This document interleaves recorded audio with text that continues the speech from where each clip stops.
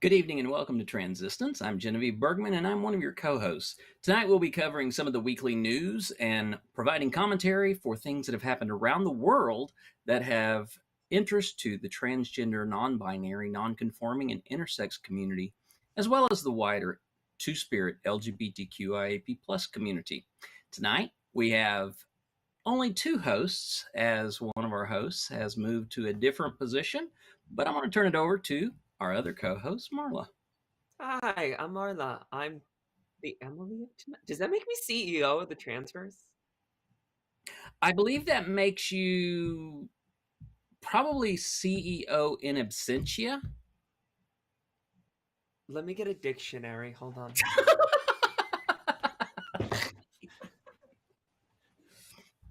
I mean, we could go you could be an alt, you know, An alt what?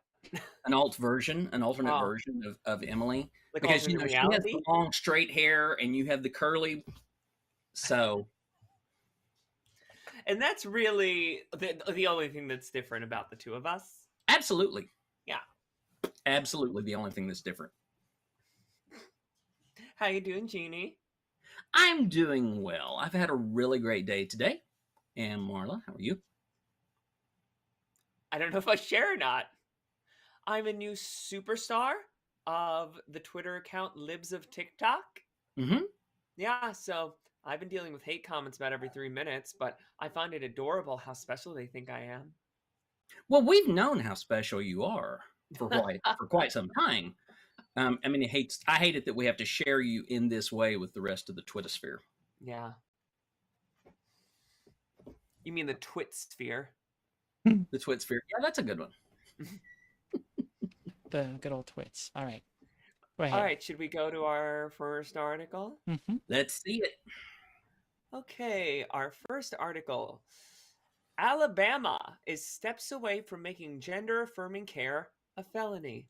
What's this one about, Jeannie? That's my best Emily impression. What's this one about, Jeannie? All right, so we've been following along with some of the legislation that is being promoted around many of the states, especially those that are more conservative led. And Alabama is almost in place to pass another bill that would become law that would make treating anyone under 18 years old seeking gender affirming care a felony. Now, this particular bill is coming forward and it is posting a 10-year sentence in prison for anybody found guilty of this. But this is a copycat that is pretty much like many of the other felony bills that we've seen in some of the other states. One of the states that we have been talking about that has been the most egregious has been Idaho. And we got great news out of Idaho this week because their bill, which was going into the Senate, the House had already passed it. It was going into the Senate. It looked like it was pushing on to be made into law. It would have made providing gender affirming care a felony for anyone who provided that care within the state of Idaho, or for anyone who was bringing their kids outside of the state of Idaho to seek gender affirming care. And the sentence on that one was up to life in prison. Strange and interesting turn of events. The Republican senators pulled the bill. They did not continue to pursue it in Idaho. And this was a shock to me. This one blew my mind that they were pulling this bill because this one was getting a lot of attention. It was gaining a lot of steam to really be pushed through. What was interesting is the statement that came out from the GOP. The Idaho Senate Majority Caucus did state that they have strongly opposed any and all gender reassignment and surgical manipulation of the natural sex of minors, but also admitted, this is huge, that the bill undermines parental rights and allows the government to interfere in parents' medical decision-making authority for their children. That's been one of my hugest calls of hypocrisy on the GOP, who have been pushing this agenda, in particular because these bills are coming from organizations that claim to be parents' rights based organizations. They are Christian, they are fundamentalist, they are very extremist, and they have pushed this agenda of saying, look, parents should have a right to determine their children's well being, not the government, not the schools. And they are the ones who have continually said it is the government's job to step in and stop medical care from those parents. In as far as Texas going to the point of saying, we're going to actually investigate you for child abuse to do this. So this is a huge win with an asterisk, because that doesn't mean that it won't reappear somewhere else. Mm-hmm.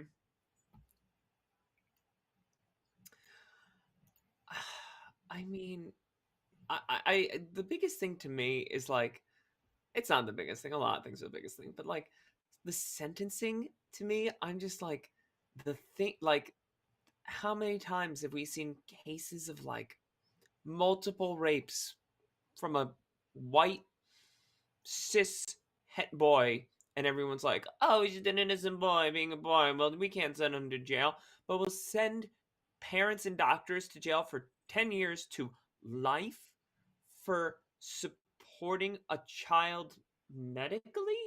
Yeah. And what fucking world am I living in where this is even a possibility? Also, I'm gonna, I don't know, like, should I start threatening to like dump out kids' Ritalin? Like, what other things are we not allowed to give medicine for to children? Right. Is it just transgender? Like, God damn it! If these people could see anything from any view but their own little tiny cishet lens, just even like the little bit, just for an hour, if they could see from outside their cishet lens, they would shut the fuck up and go away. Right. But I look at it and I see we have all of the counter arguments coming from, the American Medical Association, the American Pediatric Association, or American Association of Pediatric, whatever it is. We have these people coming in and saying, look, these kids who are in a gender dysphoric diagnosis have an increased rate of attempts to commit suicide. And we know that affirming them in just these small ways is enough to prevent that by a vast degree. And these people are still saying, we don't care. 73% by the most recent findings. So let me get this straight. Their goal is to protect children, but they would deny them care that is proven to reduce suicide ideation by 73%. And to, like, first of all, it doesn't sterilize you, puberty blockers. It's only if you go on cross-gender hormones afterward. But even if it did, even if there was a chance, why do you prefer that risk of suicide over a small risk of sterilization?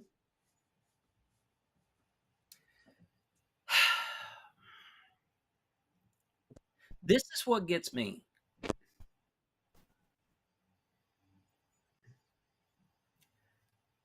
They are so convinced that this is detrimental to the welfare of an individual. They take stories of transition affirming surgeries that go wrong and lift them out as examples. They highlight people who have experienced what they call detransitioning to say that this is a common problem when it is not. And they make it seem like the world is somehow being enraptured by the concept of a gender ideology, when all of this is just smokescreens. Yeah. And the sad reality is that the American people, the ones who are not educated about this, the ones who have not spent any time about this, they are willing to take it hook, line, sinker, net, icebox, and chopping block. You know, this is not any kind of radical effort on the part of transgender and non-binary people. And intersex people have been trying to fight for recognition for decades.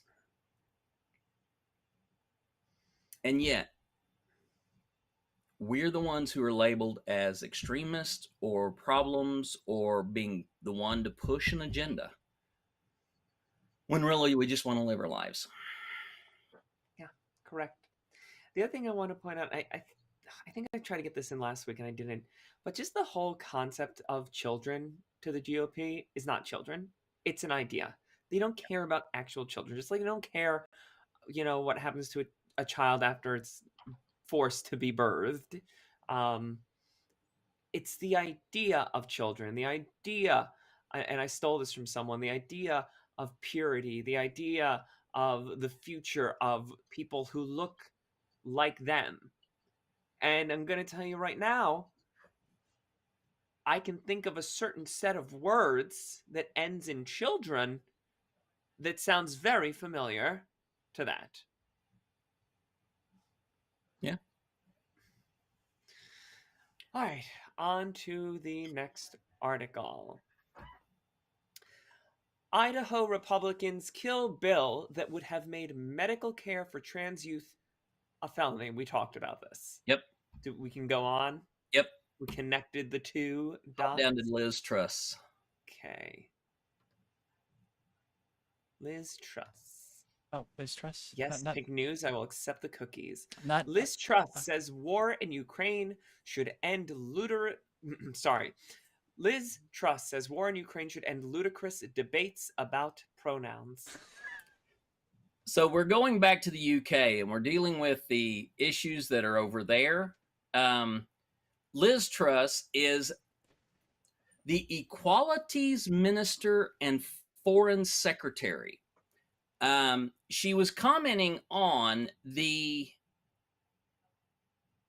incident in Ukraine, saying that the war there should end any ludicrous debates about pronouns. She was speaking at a conservative spring conference there in the UK and said that in light of Putin's assault on Ukraine, the UK should be, quote, proud of its longstanding commitment to freedom and democracy. That is what is important. This is what matters.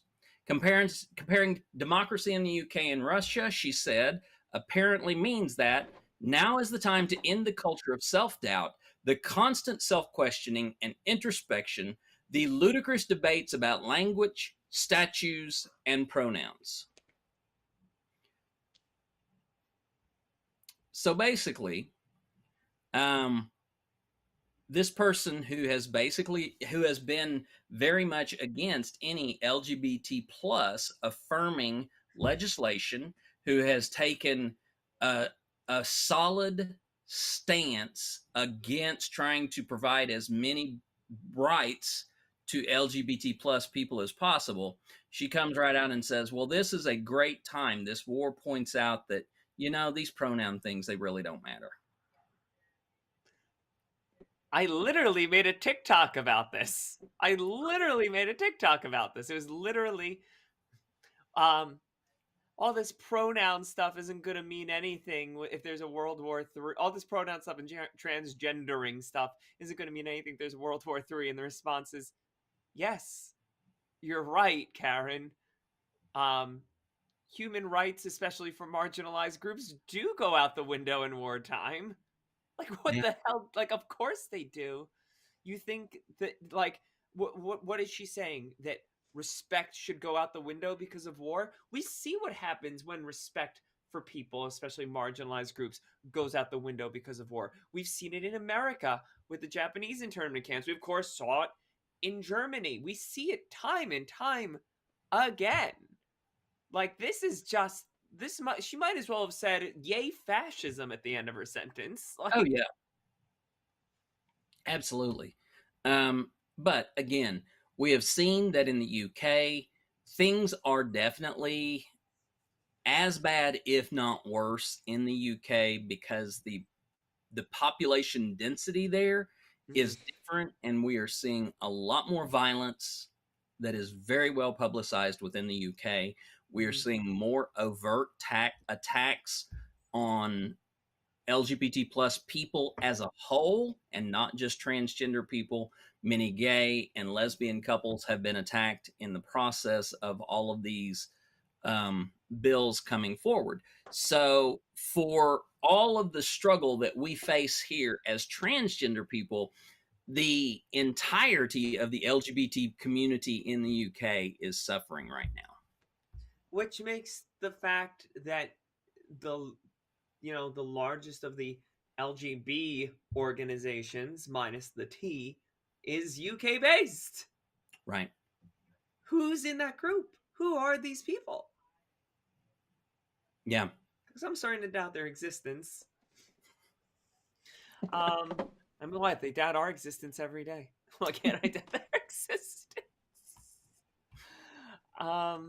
Also, just very briefly, not exactly pronouns, but we now have LGBTQ, or rather trans people specifically, in Ukraine who can't get out because of their gender markers.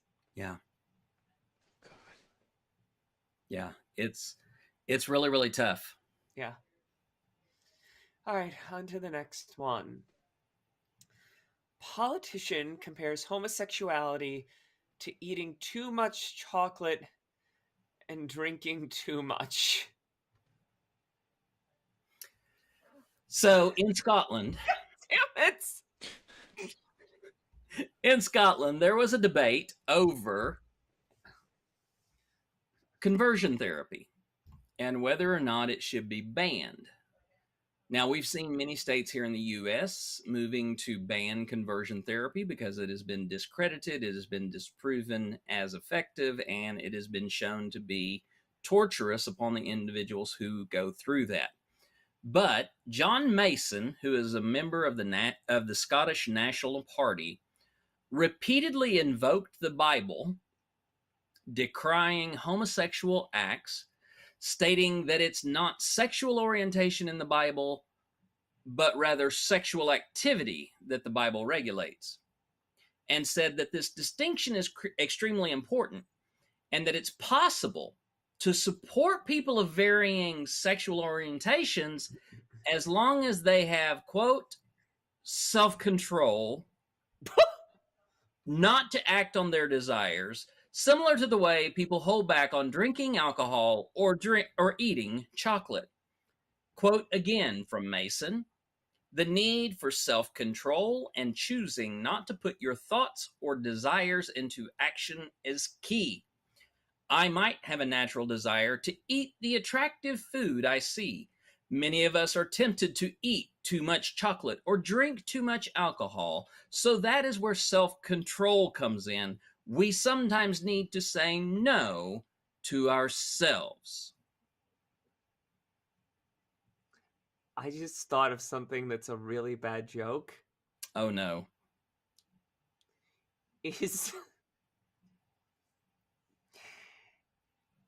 conversion therapy Weight Watchers for LGBTQ people? Oh my God! Marla!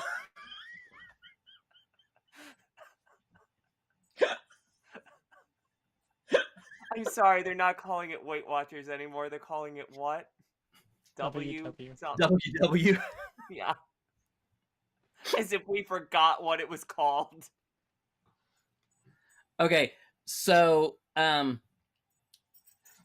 next paragraph says many religions, he said, see conversion as a positive word that means turning away from something bad like alcohol or drug abuse, and that a religion or a club or an association should be free to have its own teaching going above and beyond the law of the land, whether that be a dress code in a bowling club or nightclub, or teaching around alcohol or sex in a religious setting. So yeah, I think he's definitely saying that conversion therapy is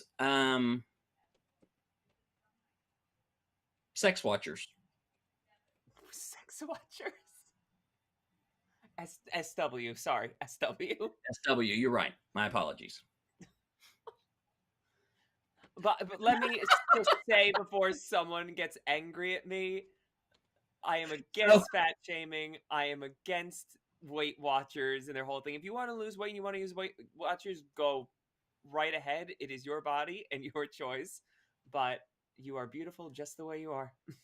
So Nadia over in TikTok chat said, so is delayed gratification better?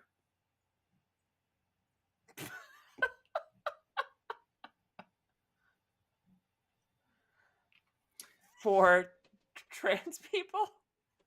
Oh, y'all, we gotta go. We've got to change stories.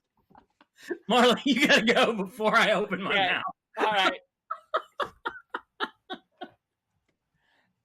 I just want to say that guy from Scotland's an effing moron. Republican senator? Republican senator asked transgender girl about her genitals.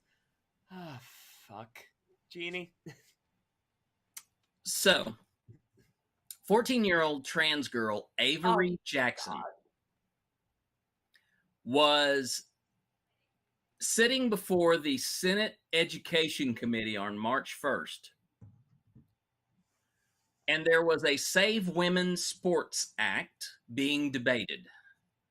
So basically, it would have banned transgender girls from competing in sports. So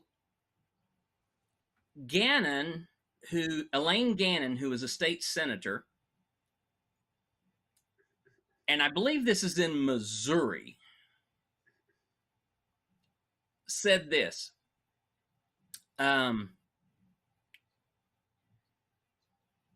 She said that it creates problems in girls' bathrooms when people realize that someone in the bathroom has a male body.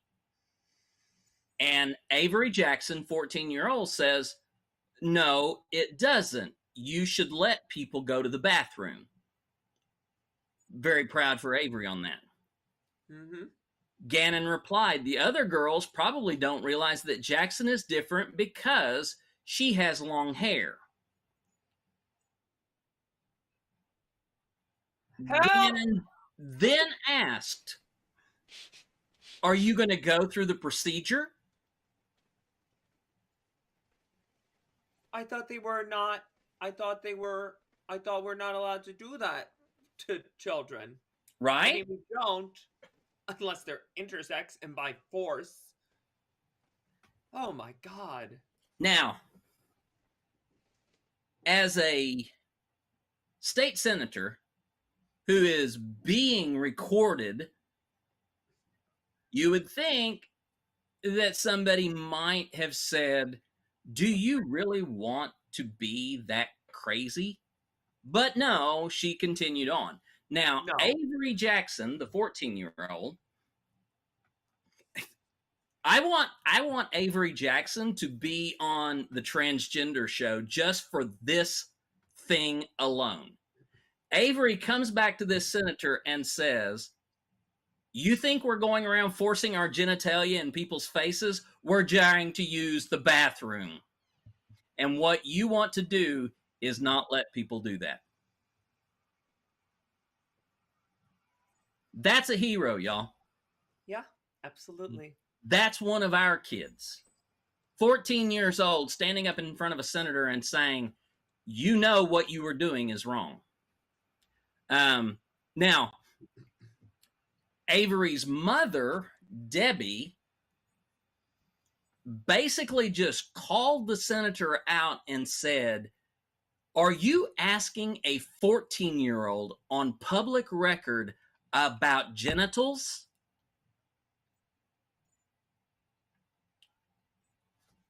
This is absurd. This is ridiculous. First of all, that a female elected official from a Republican Party, which is all about family values and that load of horseshit, asking a 14-year-old girl about genital reassignment surgery. That's unacceptable. And yet par for the course. It is. It is. I mean, I've said it before. The whole, like, I don't even sometimes know if they care about bathrooms or they care about sports.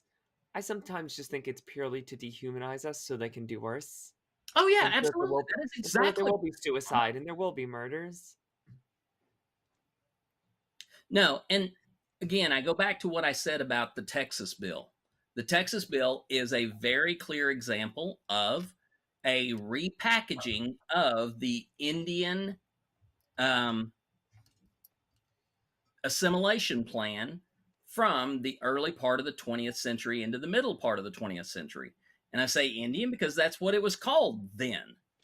This was a movement to basically take indigenous children out of their homes, out of their culture, put them into white schools, into white boarding schools where they did not go back home, force them into white culture, make them wear the dress of white culture, not allow them to use their indigenous language, not allow them to practice their traditions and their culture, not allow them to interact with people of their own kind so that they could civilize them. But what they wanted to do was annihilate the indigenous people of this land. Yeah. The people who were here first, the people who had every right to be themselves. And this same movement is now being repackaged by white Christians who believe that they are on some holy crusade to protect children from this horrible gender ideology. It's the same playbook. Except it's even stupider because cis people make trans people. You could get rid of all of us. Trans people would still be born. Right? But they don't see that, Marla. You know They what? do If not they stop accept- teaching heterosexual sex to kids in school and I know, forcing but- heterosexuality on them, there'd be less trans people. But here the thing is, they have this worldview that says there are only male and female because that's what the good book says. In the very beginning, God said there's male and female, and that's it. Those are the only options. Now, because of that concrete acceptance, which, by the way, is the same reason why gay marriage is so abhorrent to them, is because a man leaves his family, a woman leaves her family, and the two are, man and woman are, one flesh and all that shit. They've created this ideology themselves, this worldview that to be transgender, to be non-binary, to be gay, to be lesbian, to be bisexual is just cultural infiltration. That it is There's not been cultural infiltration for all of humankind.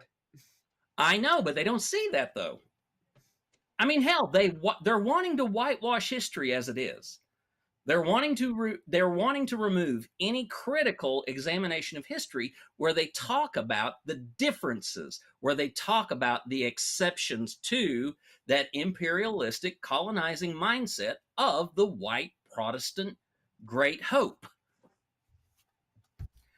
Okay, I'm getting cranky. Alabama Moving House. right along, dig-a-dung. Okay, on to the next one. Right, that's my job. A Missouri lawmaker oh, that's the same one. Yep. On to the next one. Alabama House? Does that sound right?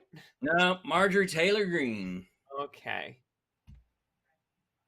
We need to stop putting up double articles so much. I know. Chastised, received.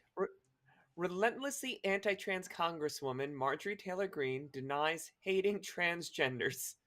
Can't even get the fucking verbiage right. Just go.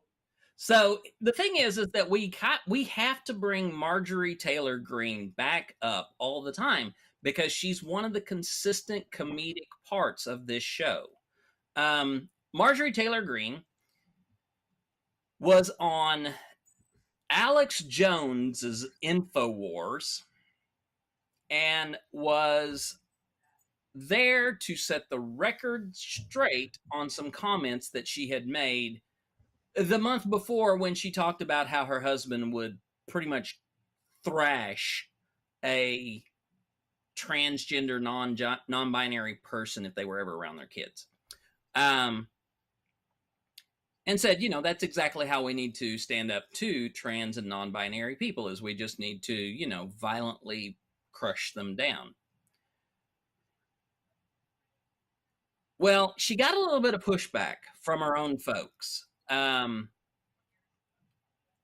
so she went back on InfoWars to kind of clear things up as a way, to kind of smooth things over between her and the transgenders,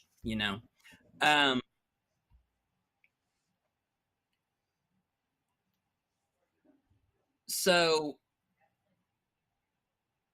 let me get all of these words right because I don't want to misquote Ms. Greene because, Okay. it's always going to be gold. Lasers.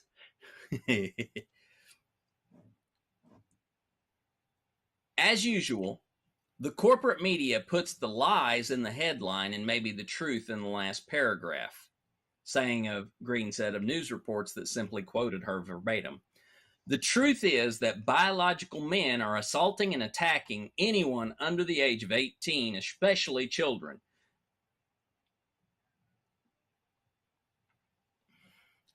Anyone under the age of 18, especially children. Did you catch that one? All right, so they deserve to be beaten up. There is nothing wrong with saying that. And she goes on to say that these trans people, biological males, deserve to be arrested, deserve to be charged, and deserve to be arrested. I'm reading the quotes, folks. So am I. They deserve to be arrested, they deserve to be charged, and they deserve to be arrested. Claiming that she doesn't care about what consenting adults do or what choices people make in their sexual orientation, Greene said, I am taking a strong stand that there are only two genders, male and female. I don't hate transgenders, not at all. I know some, and it's fine. I don't care. It's not a judgment on them. Then she goes on to say that she doesn't hate trans people. Gender clinics are wrong, and supporting trans youth in school amounts to brainwashing them. Parents are sick and tired of this being shoved down their throats. It's okay for me to say that they might need, a lesson. There's nothing wrong with that. And I'll double down and I'll say it again. It's not about hating trans people. Emily, don't call me out for my Southern.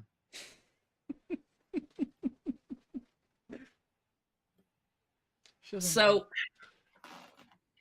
Marjorie Taylor Greene, who is, first of all, one of the most articulate, intellectual, witty, and I can't even do that bit. No. Yeah. I Y'all, want to know what transgenders Marjorie Taylor Greene knows, because I guarantee every single one of them would push her off a pier. I know a few who wouldn't.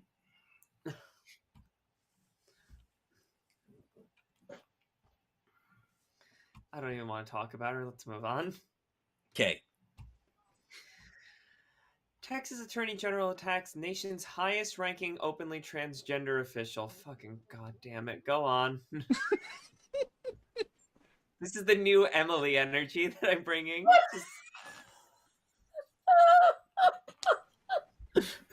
Oh, Jesus Christ. If we got to cover this shit, let's get it over with.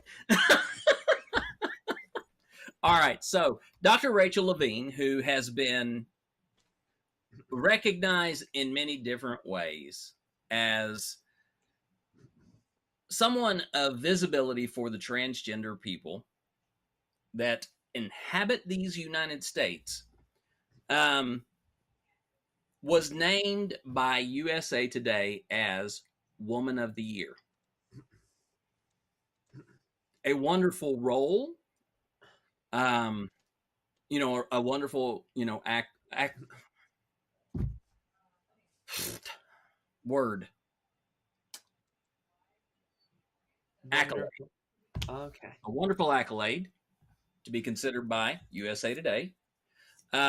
Nominated by Joe Biden, the president, to be Assistant Secretary for Health, and is now basically one of the leaders of the Public Health Service, as she was commissioned as a 4-star admiral in the Public Health Service Corps. Ken Paxton, who is the Attorney General in Texas, who has been pushing for the removal of transgender care in that state, sent out a tweet. First of all, he tweeted out a screenshot of her achievement and then purposefully misgendered her. And let's see, let me quote this.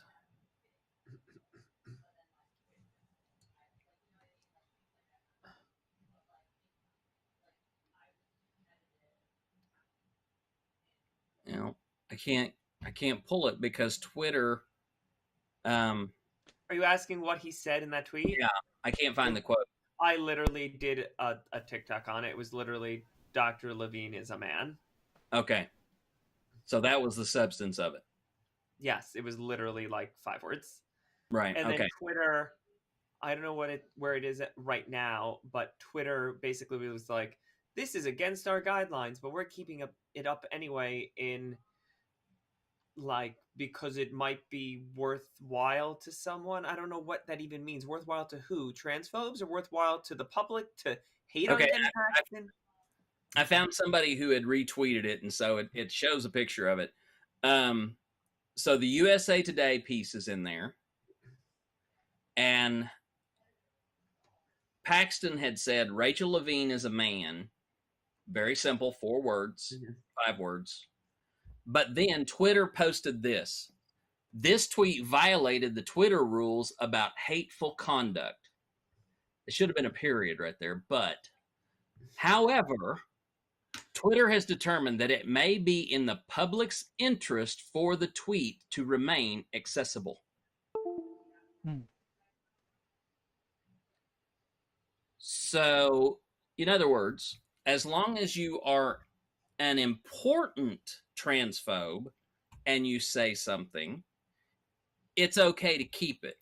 But if you're just a general transgender person trying to get recognition for hate speech, no, we can't do that. Mm-hmm. Paxton is a case. I don't know what he is pushing for. I don't know what he's going to be running for, but I do know that he has been trying his damnedest to get his face in front of the public as much as possible so that he would be recognized and get his acclaim for whatever reason. The only thing he's going to be running for is president of his cell block. Well, that would be nice. I mean, the man is under some heavy investigation. I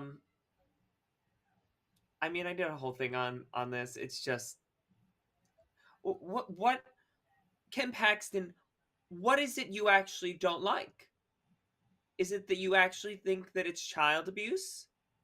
Or do you just not like trans people? Because Dr. Levine's an adult, so why would you say that if your concern with trans people is trans youth? Yeah. I mean, thanks for giving the Game Boy. You didn't need to. We all fucking knew, but... Yeah.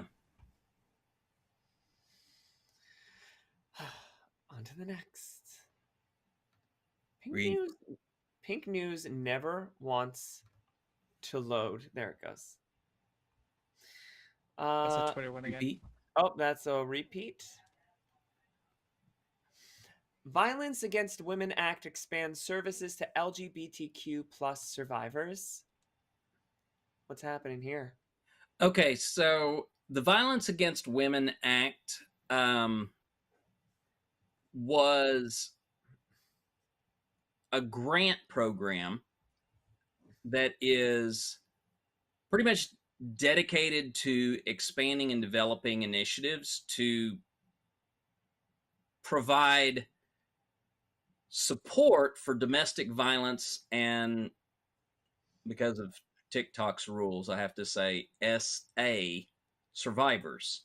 So basically anyone who was who experienced any type of violence, who was classified as a woman, would be able to have access to grants and things like that. So organizations or whatever else could help with that. But the bill was tweaked a little bit to include LGBTQ people for the first time. Mm-hmm. For the first time, this now includes a grant program designed to aid LGBTQ plus survivors of domestic violence and assault. This is huge, okay? Mm-hmm. Because we now have a spending bill that is being signed, that has been signed into law by the president, that allows for grant money to assist with LGBTQ domestic violence.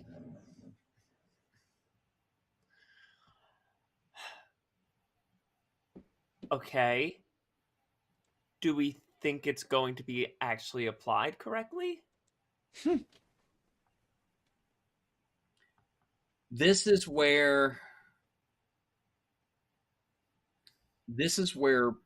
we come in. Mm-hmm. This is where we push our organizations, we push our politicians, and we say this money is available. If you don't want this to be a problem in your backyard, you better use it right. If you don't use it right, you're going to have a problem in your front yard.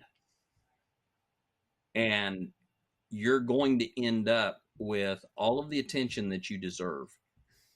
This is where we, the people, stand. We stand as the accountability for these things. This is a public grant system. We have the right to demand accountability, transparency. We have the right to demand that any of these monies, we get to see the receipts. Okay. Does that mean that the money will be used right everywhere? No. No. But anywhere that we step up and we do our jobs as informed citizens of these United States, we can ensure that that money will at least be tagged as watched over.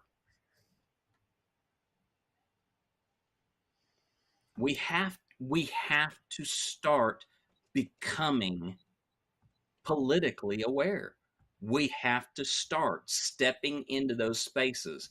If we want a voice at the table, if we want to be regarded as human beings, we have to start stepping up and making our voices heard.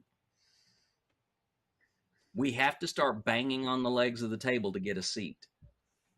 We have to start throwing, the scraps on the floor at the people who are sitting there and saying, this isn't good enough.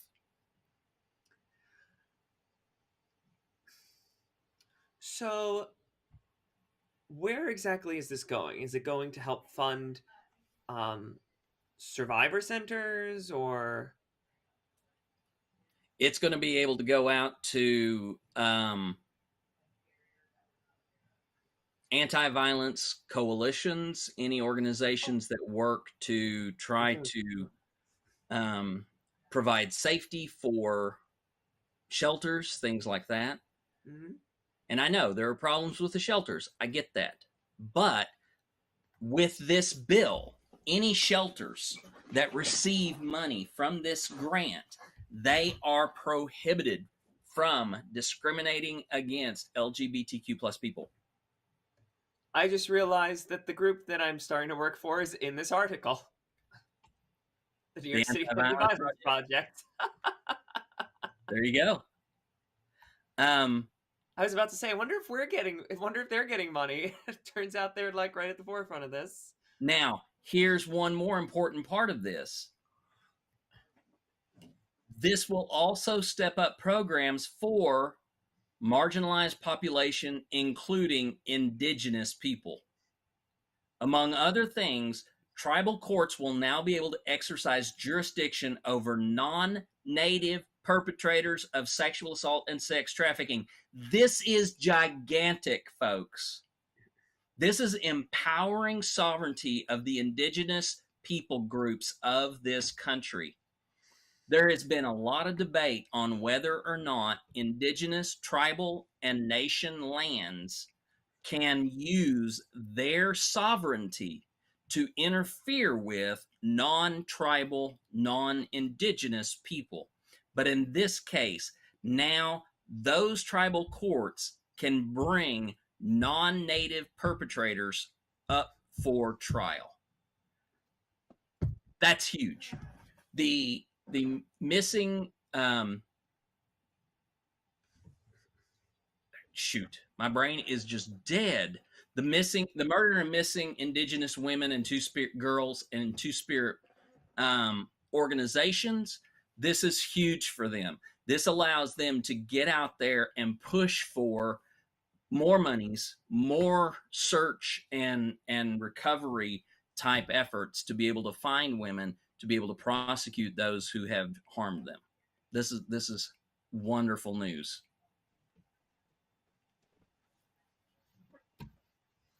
Yeah. All right. Oh, skipped one. Bill promotes California as U.S. refuge. Bill promotes California as U.S. refuge for transgender youth. This sounds good and bad. Okay, so the meaning behind it, the motivation behind it is bad, because many states across the United States have been making an effort to do what they can to make their state inhospitable for the families of transgender children and youth.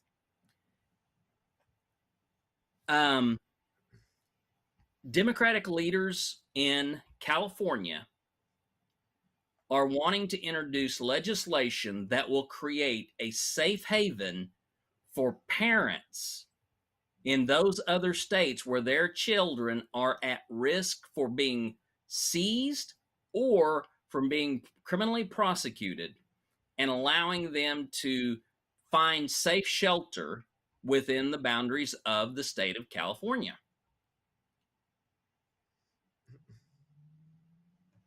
This is very similar to the sanctuary cities that we saw for immigrants and undocumented people.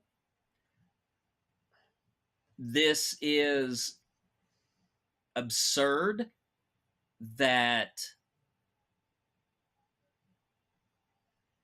in the United States in the 21st century, we have to have one state offering to provide sanctuary to citizens of this country. We have political refugees from our own country in our own country. Yes. So, Jonathan Keller, who is the president of the conservative California Family Council, who personally I would love to basically go to my grave with my headstone saying I was the one who ended the family council movement. But anywho, Jonathan Keller of the California Family Council responded to this by citing the story of a woman who said last week that her 16-year-old daughter killed herself while receiving gender-affirming treatment against her mother's wishes. Thank you for pointing out, Jonathan Keller, that the suicide rate of transgender people severely raises when neither parent supports their transition. Yeah. That's literally part of the statistic. Yes. Thanks, Jonathan Keller, for proving our point. This mother spoke at a forum at the Heritage Foundation, yet another conservative think tank. Let's say hate group. Huh? Let's say hate group. We can say that. But the forum was called Protecting Our Children, How Radical Gender Ideology is Taking Over Public Schools and Harming Kids. Keller goes on to say that California should not be complicit in the sterilization and permanent disfigurement of Americans' children. So, California wants to create a refuge for the families of transgender children, which goes along with something else, and that is Citibank is offering to pay staff in states where abortion rights have been removed. They're willing to pay for their employees to go out of state to have an abortion. We are seeing large companies come out in such a way to say that this attack on the civil liberties and the rights of women and transgender families is egregious, that this cannot be tolerated. Now we have companies saying, look, we'll pay for you. If it will help you, we will take care of that for you.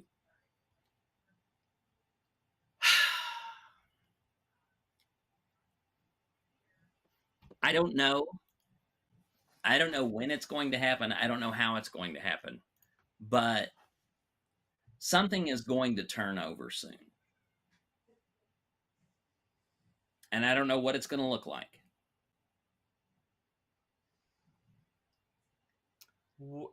You're saying it could go in either direction? It could go either direction. It could get so much worse. Or it could get tremendously better.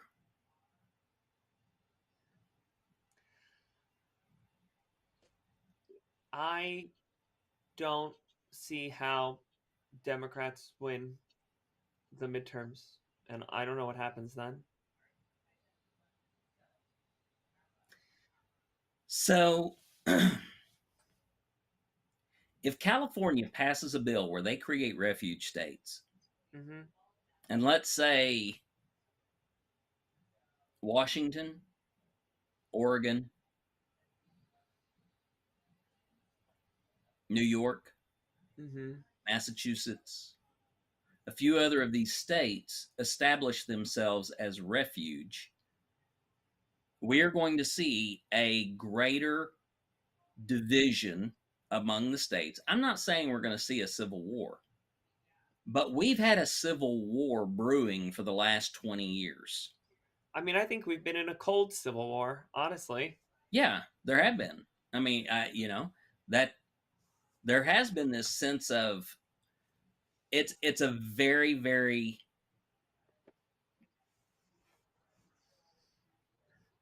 thin veil of a detente.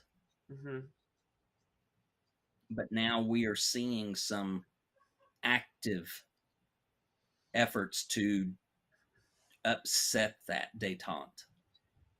We are seeing people who want to push into the lives of American citizens and not just limit them, but actually eliminate them.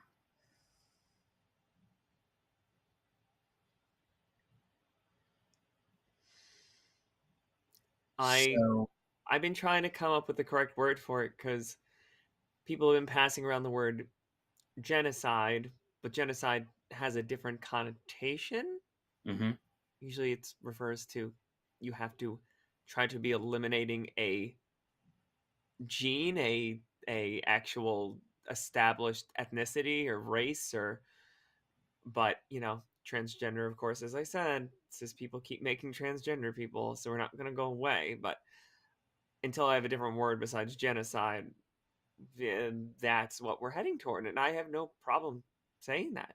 I don't think it's being um hyperbolic. No, I don't think it is either. And I agree. Genocide is not the word that we want to use. Mm-hmm. We are not experiencing what so many other groups have experienced. But I would remind you that genocide is also used in a very broad understanding of that, such that it's been used for tribal association, it's Mm-hmm. been used for religious association. So, genocide could be used in a general way to talk about gender identity and say that this is an effort to remove anyone who is not male, female, binary dichotomy. Mm-hmm. Let's call it gendercide. Damn it, Jeannie! Damn it! Don't make me laugh at that, because that might be the word we end up using, and I don't want to be on air laughing at it. God. Marla, I got to do something to save you here, okay? It's my savior complex. I got to do something, okay? Oh, okay. It's an hour. Okay, we got to keep going. Um, Citibank to fund out of no. Did we talk about this? We briefly Yep. just talked about this. Moving right along. Dig-a-dum, Moving dig-a-dum. right along. Pink news gonna take forever to load, just as usual. LGBT plus Ukrainians fear extermination and concentration camps under Russian rule, activists say. This is what we call a segue in the business. So, as we are, I hate to say this, as we are normalizing the conflict in Ukraine,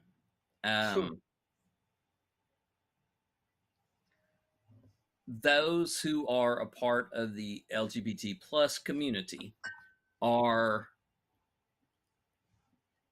living out that very real sense of gendercide. Yes, I coined it. I'm going to use it. I got the most out of it in this episode.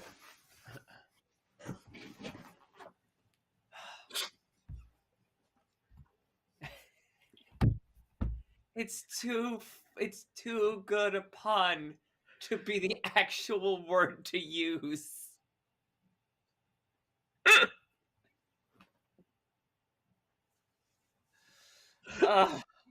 Okay, y'all, look, if we can't take a moment to laugh at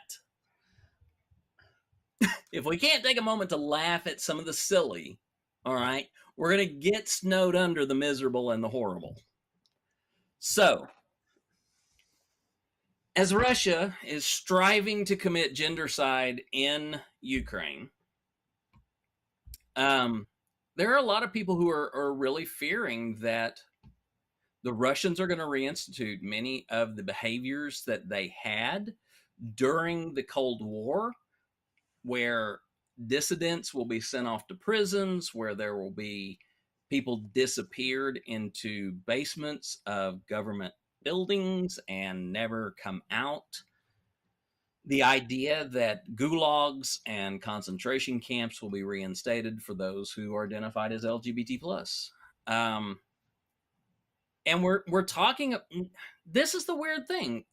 We just talked about how there is an effort to eliminate transgender people from the public arena here in the U.S. And now LGBT plus activists are saying that the idea of concentration camps or gulags or anything else is very real over there. So when we say there is a global attack on LGBT plus people and specifically transgender people here in the US, it's not hyperbole. We have a country actively moving to generate an extermination level event of LGBT plus people in a sovereign country that they have invaded. That's not fiction, y'all. That is absolutely what is happening here. And if you want, even if this is not their primary goal, Russia has made it a stated goal that as they push into Ukraine, they want to eliminate the presence of LGBT plus people. Whether or not that's what they're actually doing, they've already declared it as a course for why they are doing it. So let's just call it what it is. Gonna do it again, isn't she? Come on, Marla. You can do it. She's gonna do it again. She's gonna say it again. Come on, Marla. She's gonna make Marla say it. Oh my god. Come on. Gender side. Oh, come on, Marla. You can give it a little more conviction than that. I know you can. Gender side. There we go. We are seeing it.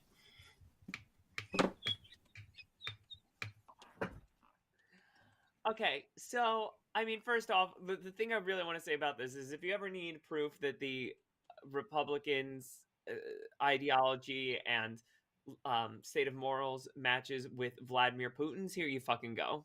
Here's the one-to-one happening right now. Not in the past compared with now, but right now and right now in two different countries. Secondly, did you see the microphone video? Mm-hmm. Oh, Jeannie. So there's been a lot of word that Vladimir Putin is in hiding, right? And to confirm for everyone that he's not in hiding, they released a video of him speaking at this podium next to this other woman. And then you realize multiple times his hand passes right through the microphone. So, President Zelensky, badass he is, stood up at a microphone and grabbed it with his hand and moved it to the side. I mean, the man is an bravo. icon. Bravo. I mean, he's sexy, he's tough, he is funny, he's talented, and now he's got the sass. I mean, he's a package. Yep. So. Okay, on to the next one. Am I skipping this pink news? Is this also No, this is a different one. Okay. Brave and courageous Ukrainian LGBT plus activist killed by Russian bombs. She was just 21. Elvira Shamur was a 21-year-old civil society activist and was one of the first Pride volunteers to join the Kharkiv regional defense when Russia invaded. And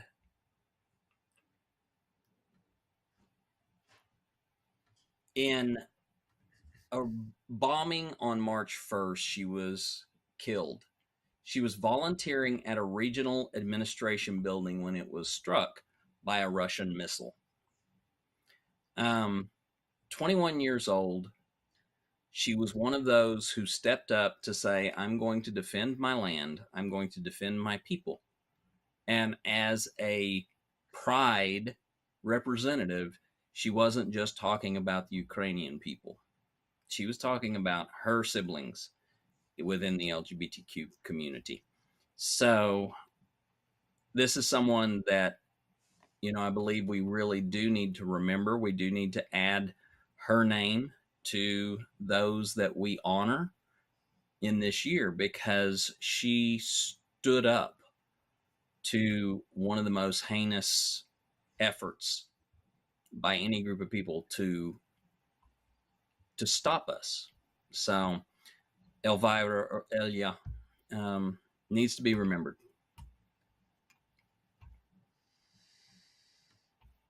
I don't have anything to add to that other than this is such a sad loss. It is.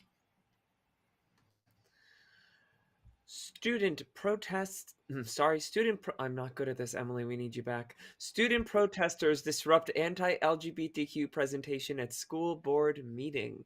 What's this one about? So the Becker School District in Minnesota was holding an anti-LGBTQ presentation.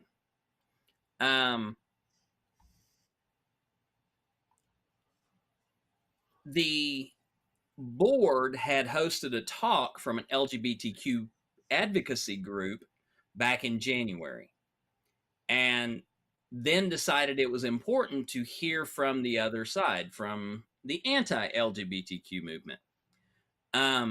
So Monday, it hosted the Anti-LGBTQ Minnesota Child Protection League, which has an entire webpage devoted to why gender ideology harms children. The page states, the militant LGBT movement and its establishment sponsors have long argued that brainwashing and sexualizing children is simply an effort to end bullying, ensure safety, and promote tolerance. But as the CDC study and other data show, and as the LGBT movement understood all along, the real result is a dramatic surge in confusion and perversion. Someone show me where the CDC says there's been an increase in perversion. Someone show it to me. Show it to me. So, LGBTQ students and allies were naturally just outraged that this was the group that was chosen to represent the other side. Hordes of protesters chanted and yelled to disrupt the meeting. And they were there basically to do what protesters do and let the school know that this was not acceptable. Now, the school has had a history of anti-LGBTQ issues. An anti-LGBTQ comment on the Becker community Facebook page led to outrage and tension across the district. Students claimed, however, it had nothing to do with the tension that was taking place when they decided to protest by lining up their pickup trucks every week to display Donald Trump and Don't Tread on Me flags. But it didn't have anything to do with the LGBTQ issues. There were some severe Snapchat messages going back and forth, including students telling other students to end themselves and flushing pride flags down the toilet. Multiple students were assaulted, and some stopped going to school for safety reasons. The ACLU of Minnesota got involved after the Becker chief of police warned students that were protesting the anti-LGBTQ social media comment to stop posting a screenshot of it, or else risk civil or criminal punishment. So basically saying, don't continue to show this, even though it was to call attention to it. So anyway, this school system decides that they want to hear the voice of the other side, yet they call in this militant oppositional voice, spouting very harmful, very inaccurate information. And so, good on those kids for getting out there and letting their voices be heard. I'm just simply horrified that a school would choose a group like this, of all things. Yeah. I mean, I don't know if there's like anti-LGBT groups that are like, we just disagree with you guys. Could we just like talk? Those don't exist. As far as I know. Those people don't form clubs and groups and meet and make PowerPoint presentations that are like, transgender. It's okay, I guess. Like, who were they? I hate it here so much.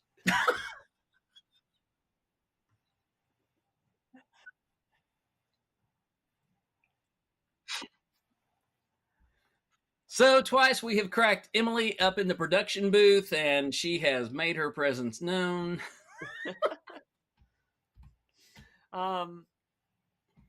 Let's see. Yeah. Let's go to the next one. I'm determined to get through all of these articles. Lambda League. Oh, God, Emily, please help. Lambda Legal sues Oklahoma over its anti-trans birth certificate policy. By the way, if anyone ever wonders why my TikToks are like half a sentence clips, it's because I can't get through half a fucking sentence, and I've now made it my style.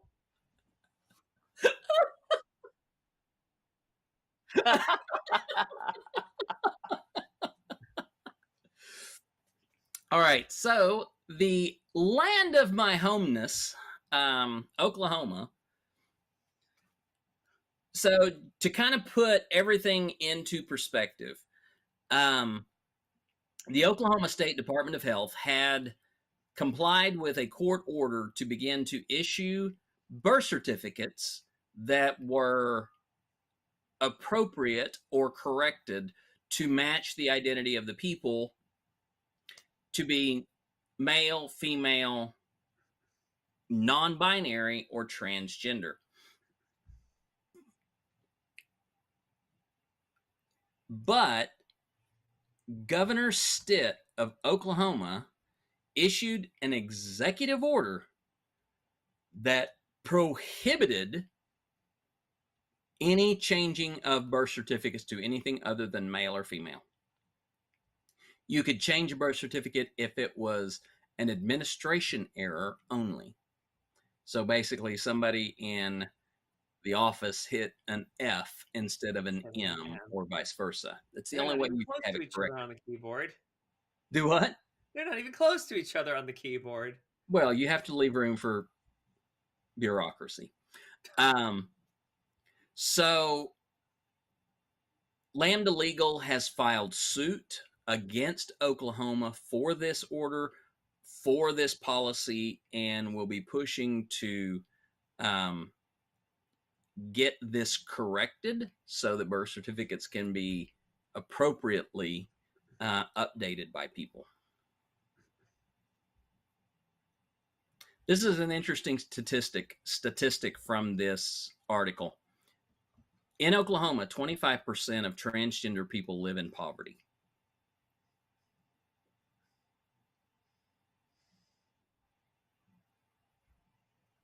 Because not having that birth, I mean, this sounds, this sounds familiar. Not having that birth certificate keeps you from getting jobs, keeps you from getting housing, and without those, you can't make money to pay to get that name change. Exactly. It's a cyclical cycle. I hate comparing our causes all the time, but it's not that far off from the arguments about voter ID and people of color and other Yeah. marginalized groups. So, as a point of personal privilege and as a side note, Is that why we chose this article tonight? no, this was already in place. Okay. But to inject some good news into this, I went down to the Benton County Courthouse today and I dropped off my paperwork for my petition for a legal name change here in the state of Arkansas today. And so now I will be waiting for a judge to look all of that stuff over and give me either a hearing or a declaration on my legal name change.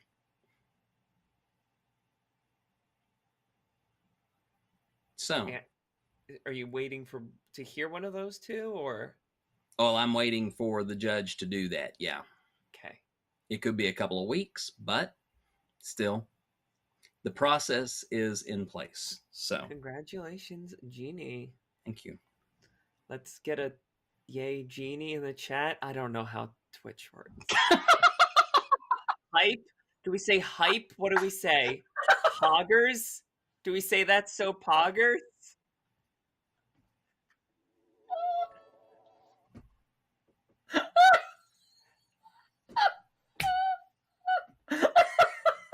Name change documents are so poggers.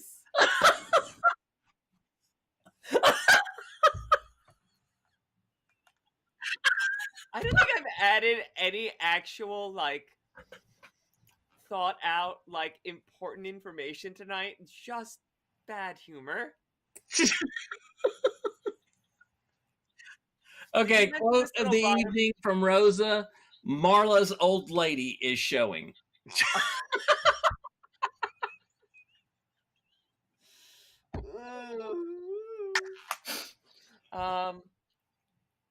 Did we mention this thing at the bottom of the article? According to the 2015 U.S. gender survey, I'd never heard this before. Almost 1/3 of transgender individuals who showed an identity document with a name or gender marker that conflicted with their perceived gender were harassed, denied benefits and services, or discriminated against or assaulted. I have never heard that number before, and that's horrifying, and I am saving that for a TikTok. Yeah. 2015. Yeah. I mean, I have no idea what that number looks like today. I don't even know whether I expect it to be better or worse. Right. So I do know that at least anecdotally, it's a little bit better. Okay. Because there's been a lot of awareness and sensitivity training where that has been dealt with. I do know that in many of the places where I've been, I have not had any denial problems. Mm-hmm. I did have one slight hiccup whenever I was flying out to see Emily. The TSA in Tulsa was convinced that my driver's license and my passport was not actually me. And so I had to, toss my voice down a little bit lower. And I'm like, yes, this is me. Let me through. And he's like, you're quite right. Yes, ma'am. Thank you very much. I literally, like, my response generally, if they're like, looking back and forth, I'm like, you can figure it out. You can do it. I mean, I don't know if I said this on here. I had to go to a bank for something to deposit a check, and they were like, I handed them the check, and they were like, "Is this a joint account?" And I was like, "No."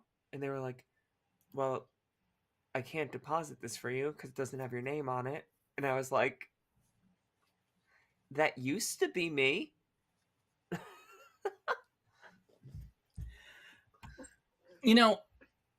I think it is possible to see those numbers have come down Mm-hmm.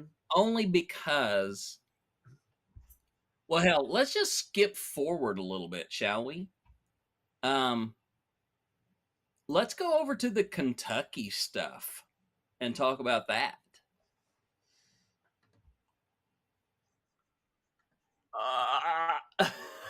As I re-pull up the list of documents and search for the word Kentucky. Yep. Oh, I love this. I didn't think I was going to ever hear this name again. I know, right? Judge finally tells Kentucky clerk that denying same-sex marriage licenses violates rights. So, a few years back, 2015 to be exact, coincidentally the same time of that transgender survey that Marla was just talking about, a little county clerk in Kentucky rose to hero level status among the conservatives. Her name is Kim Davis. Kim Davis refused same-sex couples marriage licenses repeatedly. She said that her religious beliefs allowed her to deny licenses even though the Supreme Court had legalized same-sex marriage nationwide. On Friday, the U.S. District Judge said that Ms. Davis cannot use her own constitutional rights as a shield to violate the constitutional rights of others while performing her duties as an elected official. The plaintiffs have a 14th Amendment right to marry. It is also readily apparent that Ms. Davis made a conscious decision to violate plaintiffs' rights. So, back in 2015, she'd been thrown in jail for 5 days for contempt of court. She was released because the staff then issued the marriage licenses on her behalf, but they took her name off of the form. Now, that was all the way back then. This has still been pushing, pushing through to be resolved. 7 years later, but a jury now must decide what damages she owes the plaintiffs. Yes. Is it just the two, or is there multiple partners? The case involved just 2 couples. Okay. But she refused to issue marriage license to any who sought them in Rowan County. Mm-hmm. So basically, she is going to be ruled against in this civil side of this. It will just be determined whether or not she can actually follow through on this. Now, I said all of that to make the tie back to what we were talking about. I think this is the reason why we've seen so much movement toward recognition of certain things. Because these documents, even though they are many times sort of bandied about, just like the Real ID forms. The Real ID forms, if you have a Real ID, you've had to go through a lot of crap to get that. When I moved to Arkansas, I finally was eligible to get a Real ID form, a Real ID card. Now, the Real ID card is what American politicians were pushing for after 9/11. It was a verifiable form of documented identification that could be verified around the country. Now, you have to offer up like a lot of different pieces of evidence for your identity to get this thing. And once you get it, it is more widely accepted. It's very much close to a interstate passport card than anything else that we've had in the past in the U.S. Were they still requiring? I know they were trying to require it for flights, domestic flights. They can't. And I know they kept pushing it back because a lot of states kept failing miserably. Right. And then the pandemic happened, and now I don't know where we are with that. There is still a lot of state. Well, I don't know about a lot of states. I do know that there's quite a few states that are still pushing back against that. Mhm. I want to say Oklahoma finally made the push right at 2020. Yeah. So when I moved out, I couldn't qualify for a real ID, but when I moved into Arkansas, I could Okay. because they had them. Arkansas already had them in place.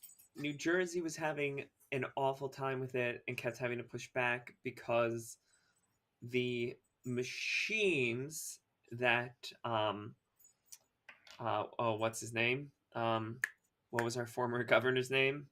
Um, the guy who kept begging for Trump's attention and then getting dissed. I see his face. Whatever. Chris Christie. His administration had bought all these machines for the Real ID, and then Phil Murphy got in, and they were like, "These machines are worthless, all of them. They can't fit a passport in them to scan." Wow, that is crazy. Yeah. So yeah, Lady Luna Wolf says that the feds require a real ID or a passport to fly. Mm-hmm. I carry both of mine whenever I'm flying, so it's not a matter of if there's an issue anywhere, I have both pieces whenever I fly. Gotcha.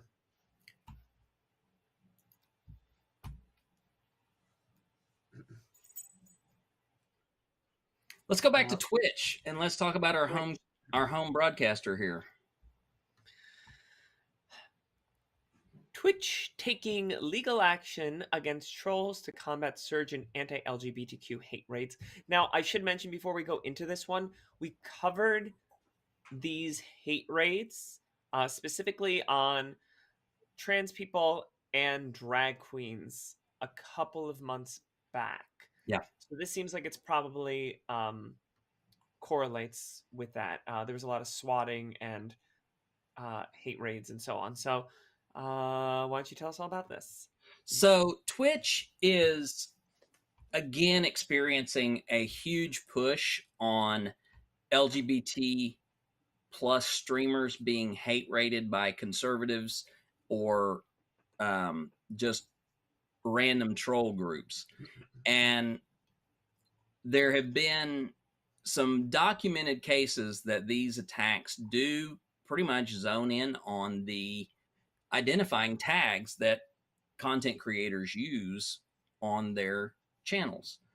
Words such as transgender or LGBTQ or anything like that will automatically jump them to the head of the class. And these,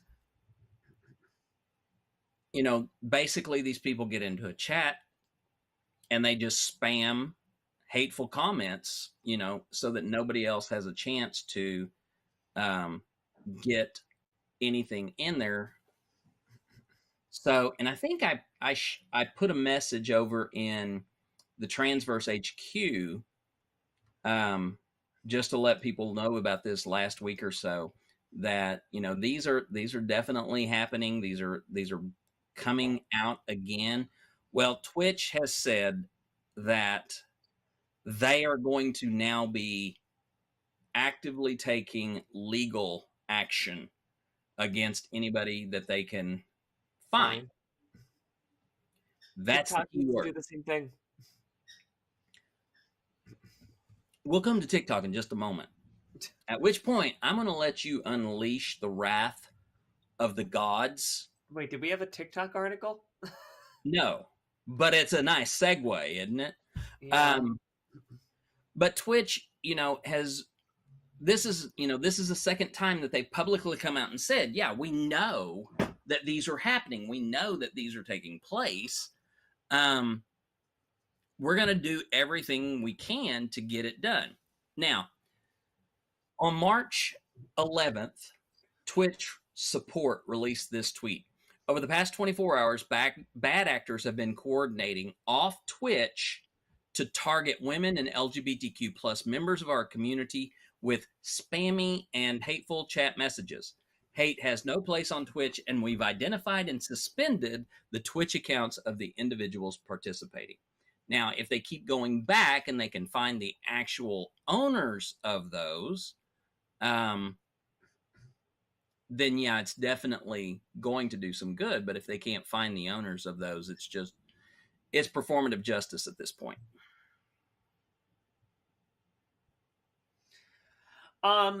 We should also point out that apparently the person behind a lot of these hate raids is Nick Fuentes, who is just a straight up Nazi, just a straight up white supremacist, who, by the way, Marjorie Taylor Greene spoke at his stupid little rally, and then when she was like, "Why are you at a literal Nazi rally?"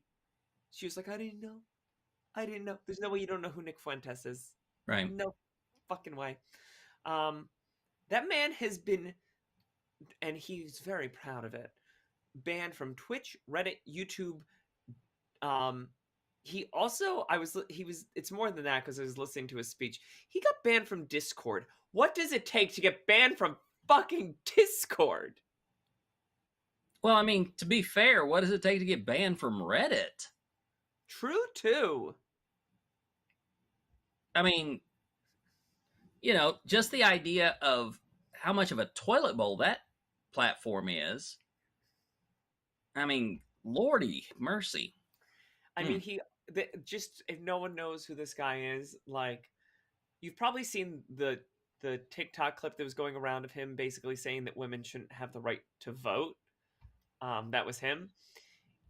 And in his most recent speech at his stupid little, whatever they called it, convention, he said, and I quote, I shouldn't say quote, I'm going to near quote, "They're saying now that Vladimir Putin is like Hitler, and they say that's a bad thing." Wow. That's interesting. Yeah.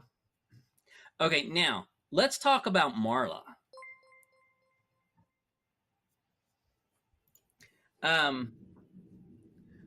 Marla has been recently deluged by constant comments. And I, for one, and I've said this in videos and I've said this to people that I've talked to, I, for one, wish that I could take some of that off of you. And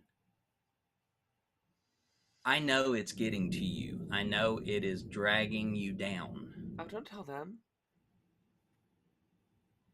Sweetie. The spark that is Marla, that all of us love, we know when it's a little diminished, okay? So what do you want us to do to help you? I want everyone to go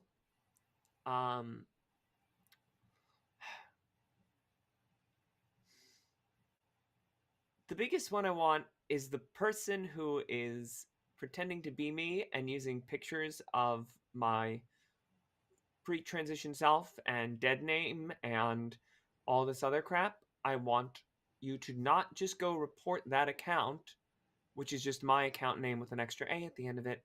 I want you to go to TikTok's legal department, to their legal page, and file a report. Okay. I am almost 100% sure who this person is, and they had better have a lawyer, because those pictures were not available to anybody for the past 3 months, which means this person had to have pulled them 3 months ago. I can only think of one person who that might be. Yeah. But I'll leave it up to a detective to find that out. Person is also photoshopping pictures to make it seem like one of my friends gave those pictures away. My friend didn't have access to those pictures until literally yesterday, so nah. What else? I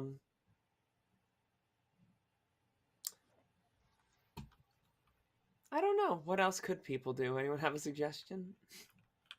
Well, I definitely we want to avoid anything that would hurt you in the process. Mm-hmm.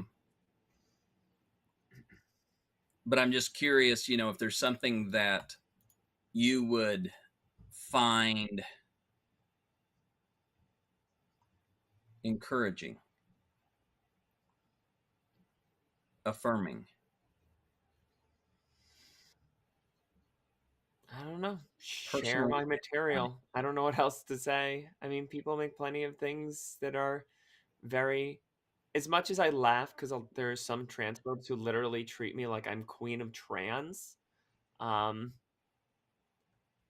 there are lots of videos lately that have been like, "Our Queen Marla," or very stuff hyping me up. But Marla trained a soldier, not a bitch, like stuff like that, and that's adorable, and I love it. And but clearly, I'm obviously not any of those things, but I appreciate the support. But these people do treat me like I am an imminent danger to them, and I guess maybe I am an imminent danger to their way of life. But I don't know. It would just be nice to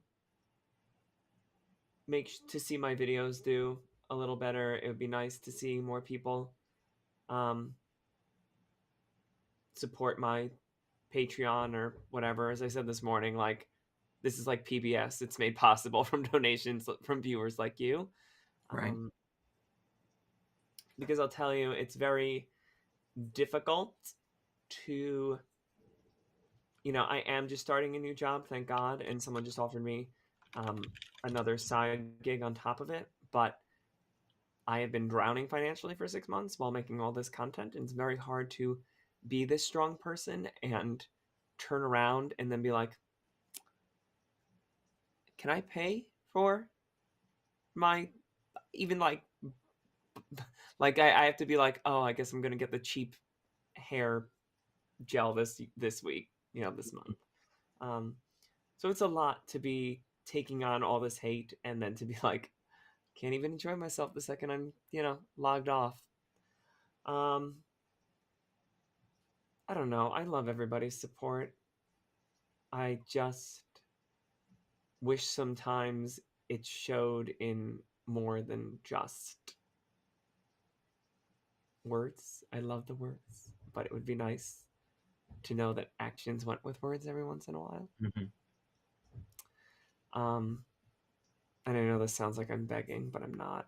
I'll keep doing what I do, no matter what.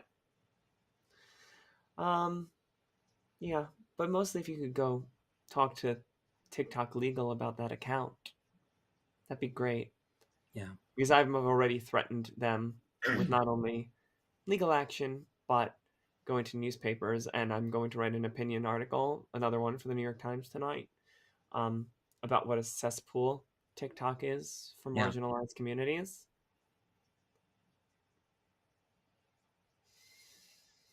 That's it. Marla, Mm-hmm. get a tissue. I'm not even close to crying. Okay, I'm a little close, but like not that close. Okay. Ever since I started following you on TikTok. Oh, it's for something that's coming? Yeah. Fuck.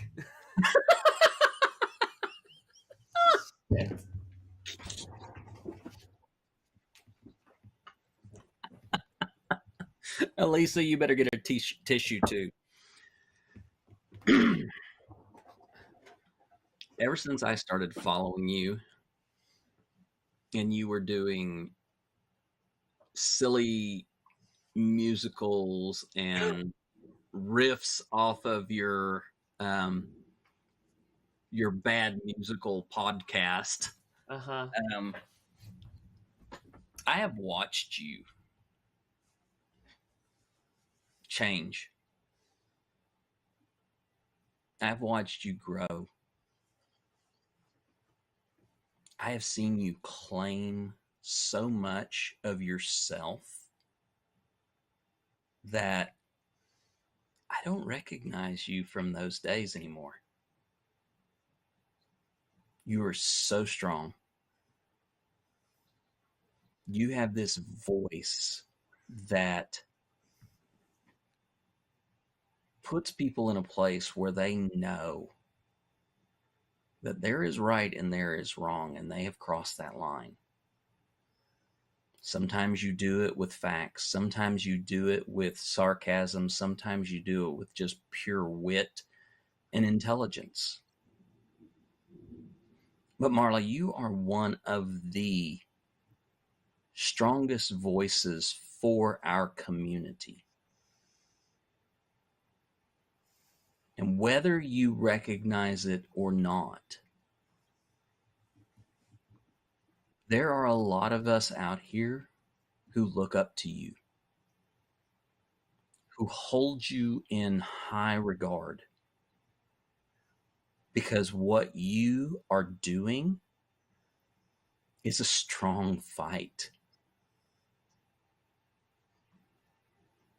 And there are some who can't fight at all, and you're doing that work for them. And there are some who they have burned out and they have given up the fight, and you have picked it up.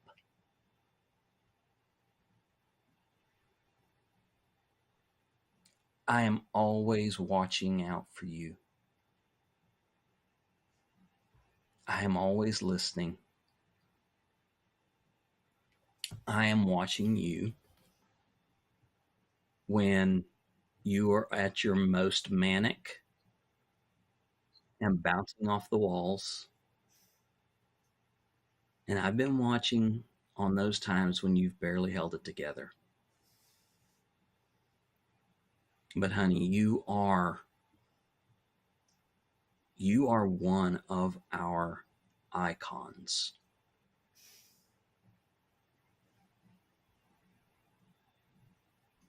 It may be a small group of us who hold you in that regard,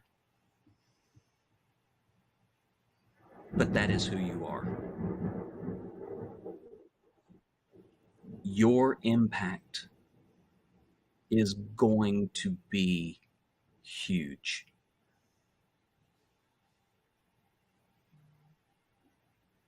And we love you so much for all that you do, for all that you have to face. It isn't right.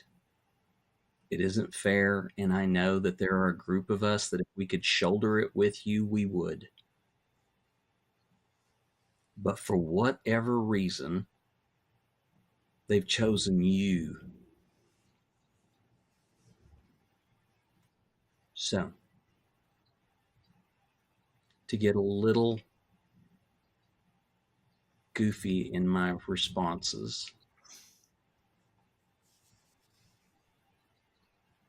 you have my sword and my bow and my axe,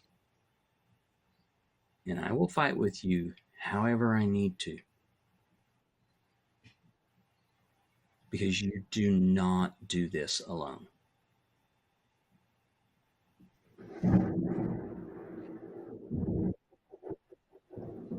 That can't be for real. Can the audience hear that?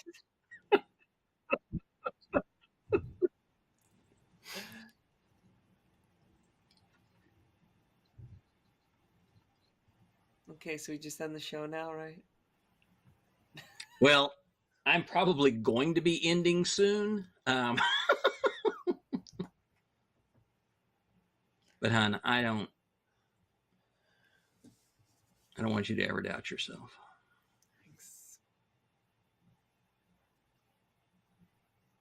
Thanks. I just want some fucking comfort. Like I just want some I just want to be able to have a good day and not worry about finances or worry about the hate comments or worry about if I pass or not or worry about my professional future, because that's a fucking tragedy right now. I just want to sing. That's the only reason I can't. You know, I deleted a lot of them, but my first like 5 TikToks were all me singing to Olive. Like my account was originally going to be me singing to Olive. My account was originally called Olive to Sing.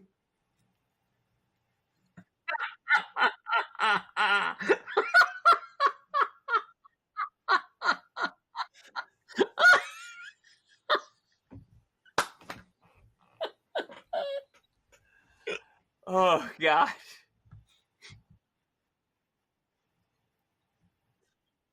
Yeah, a long way. God, I'm ugly in some of those first posts. I do not look good.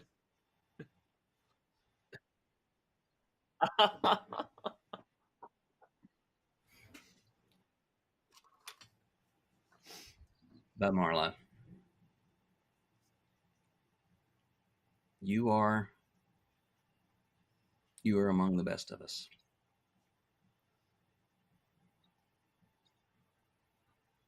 Even if you are very punny. I am not punny. Most of the time. All right, It's the one thing that doubts, and it's the one thing that makes me doubt my transness the most. I'm not punny enough.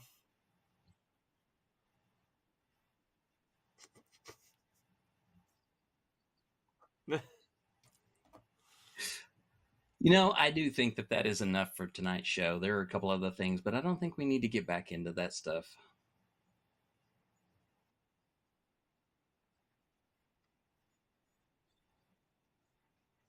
Thank you, Emily. Mm-hmm. Do want to let you know about the programming change. There will not be an episode of Behind Open Doors tonight because Behind Open Doors has moved to Thursday nights. And now it will be on at 8 o'clock Central. And so that's going to be 9 o'clock Eastern and 6 o'clock Pacific. So Behind Open Doors is moving to Thursday nights. So now we're going to have programming on almost every night of the week or day of the week. So you can definitely check in with us a lot more frequently.